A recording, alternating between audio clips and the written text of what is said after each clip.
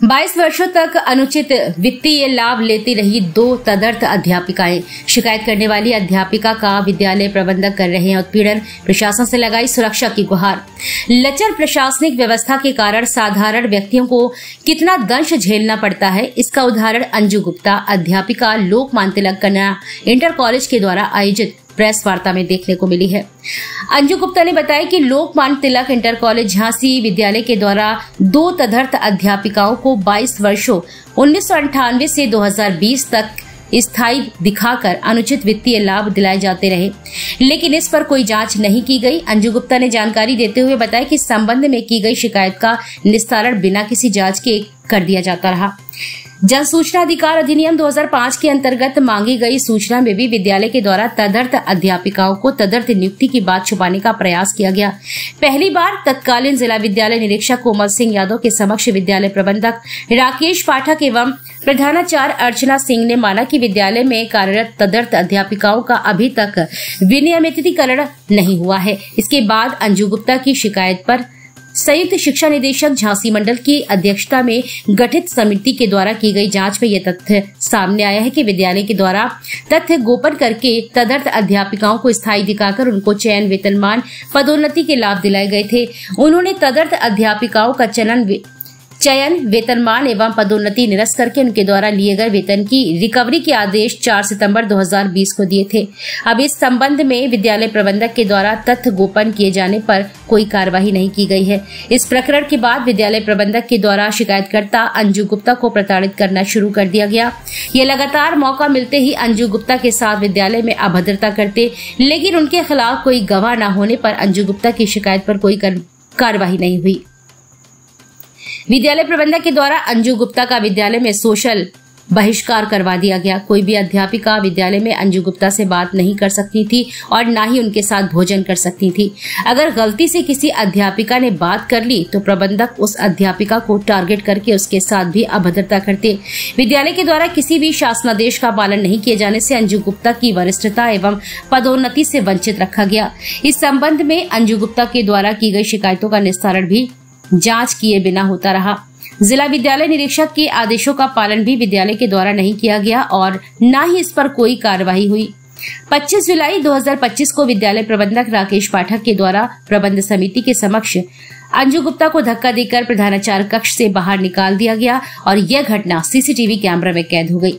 अंजू गुप्ता अपने प्रोन्नत वेतनमान के प्रार्थना पत्र पर प्रबंधक के द्वारा अग्रसित न करने पर विद्यालय प्रबंध समिति के अध्यक्ष संजीव कुंडे को इस संबंध में दिए गए प्रार्थना पत्र पर प्रधानाचार्य कक्ष में बात करने गई थी। विद्यालय प्रबंध समिति के सदस्यों के समक्ष की गई अभद्रता से आत्मसम्मान को ठेस पहुंचने पर अंजू गुप्ता ने शहर कोतवाली थाने में शिकायत दर्ज कराई, जिसकी जांच में पाया गया कि प्रबंधक के द्वारा सीसीटीवी कैमरे की हाई डिस्क गायब करवा दी गई, जिससे अभद्रता के फुटेज नहीं मिल सके।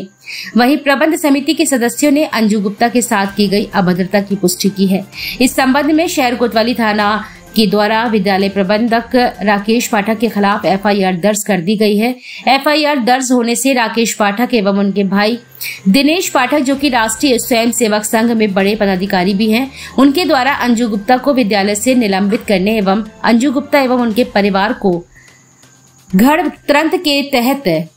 षड्यंत्र के तहत फंसाने की धमकी दी गई है। प्रेस वार्ता के दौरान अंजू गुप्ता ने अपना पक्ष रखते हुए प्रशासन से अपनी एवं अपने परिवार की सुरक्षा की गुहार लगाई है।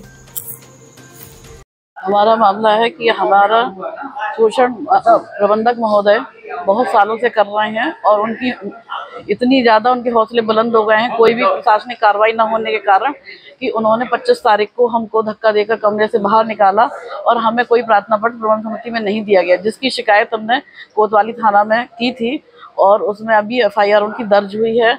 हम प्रशासन से मांग करते हैं कि उन पर प्रशासनिक कार्रवाई, जो हम इतने 9 से 12 वर्षों से अपना संघर्ष कर रहे हैं, उसके लिए न्याय मांगते हैं और अपने परिवार की सुरक्षा मांगते हैं।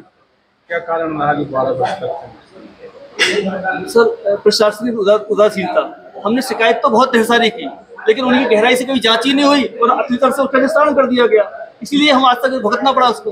हजारों शिकायत मुख्यमंत्री पोर्टल पर हुई है। तो तदर्थ नियुक्ति 1998 में 2 तदर्थ नियुक्ति हुई थी।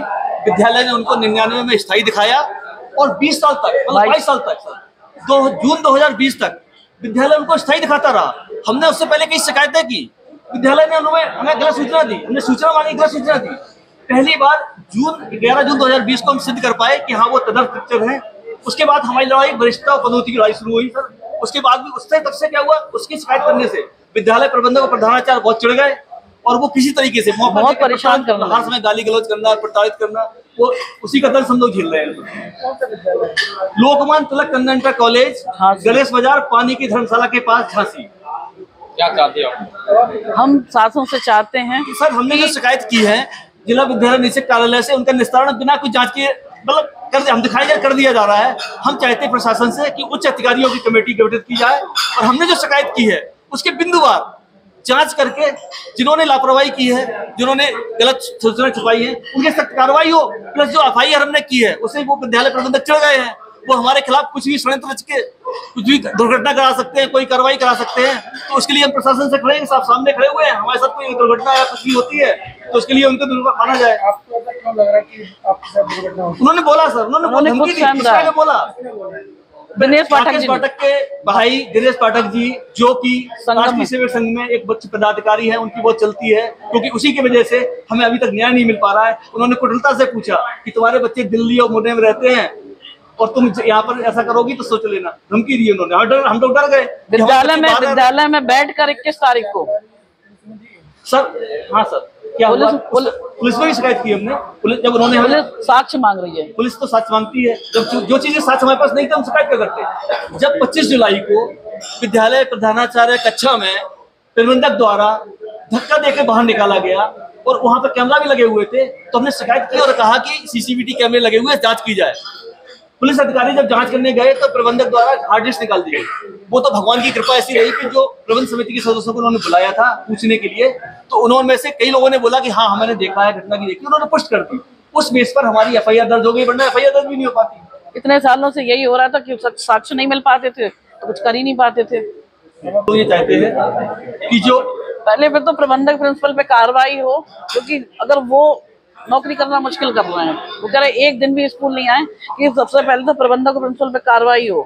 क्योंकि अगर उन पे कार्रवाई हो जाती तो आज जो स्थितियां बनी है, आज वो सम्मान के लिए लड़ रहे हैं। आज तो ईश्वर की कृपा है कि प्रबंध समिति के लोग थे, उन्होंने एक स्पष्टता के साथ हमारा समर्थन रखा कि जो सही मैडम के साथ हुआ था, तब आज हमको न्याय मिलने की एक पहली प्रक्रिया शुरू हुई 12 सालों में। हम चाहते हैं कि प्रबंधक प्रिंसिपल के खिलाफ सख्त कार्रवाई हो और जो जांच बिंदु जो कमिश्नर के यहाँ चल रही है, DM के यहाँ चल रही है, डायरेक्टर के यहाँ चल रही है, उस पर हम